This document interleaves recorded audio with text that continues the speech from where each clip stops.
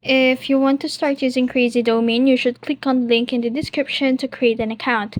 In this video, I'm going to show you how to change name server in Crazy Domains. Whether you need to point your domain to a different hosting provider or DNS management service. I'll walk you through the steps since I won't be able to show every process visually, so listen carefully and follow along. So let's get started. First, log in to your Crazy Domains account and then open your browser and go to crazydomains.com. So you'll be able to see here the username and password.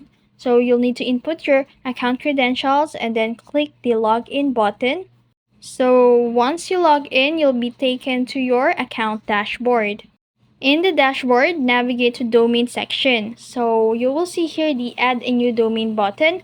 This will redirect you to the domain list that you can buy from Crazy Domains, but in this case I won't be able to show you the procedure for that. So assumingly we have a domain purchase in here, so find the domain for which you want to change the name servers and then click manage. So in the domain management page, assumingly look for the name servers or DNS settings tab and then click on update name server and change DNS depending on your interface version. You will see also an options for default name servers or custom name servers. To use custom name servers, select the custom option and then enter the new name server addresses provided by your hosting or DNS service, for example ns1.example.com, and then click save or update.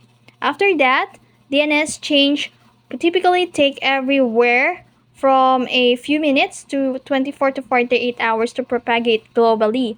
So you can check the status of your name server updates using tools like Voice Lookup or DNS Checker to verify if the changes have been applied.